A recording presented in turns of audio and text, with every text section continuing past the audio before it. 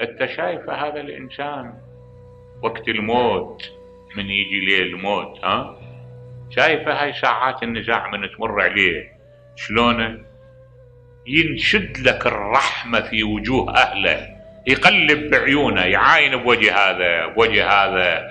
يقدر واحد يدفع عنا كربة من كربات الموت، يقدر واحد يدفع عنا حالة من هالحالات الشديدة اللي تمر عليه. كان رسول الله صلى الله عليه وآله بتلك اللحظات يحط ايده على وجهه يمسح وجهه ويصيح حبيبي جبرائيل عند الشدائد لا تخذلني، ويقول اللهم خفف علي سكرات الموت. اي نعم، تتصور هذا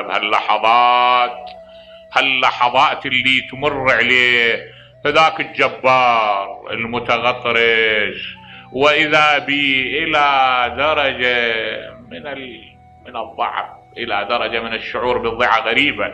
يقول الامام امير المؤمنين سلام الله عليه في احد مقاطع خطبته، هاي الخطبة اللي كلها عبقرية، يمر يصف بها الحالة، يقول فغير موصوف ما نزل بهم اجتمعت عليهم سكرة الموت وحسرة الفوت ففترت لها أطرافهم.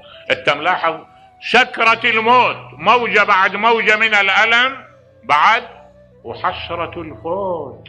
حسرة الفوت شنو يعني؟ هذا اللي تعبت عليه كله بحياتي خلاص راح ينوخذ من ايدي.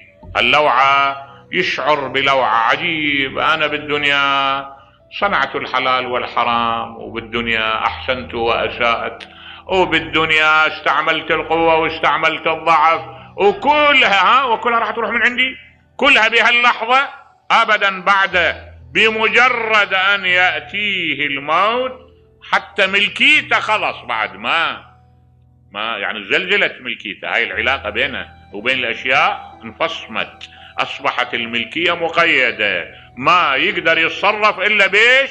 بالثلث، والثلث كثير، بس هذا هو يعني وصاياه ما تنفذ الا بالثلث، والثروة تنتقل الى اولاده، ملكيته زلزلت بعد.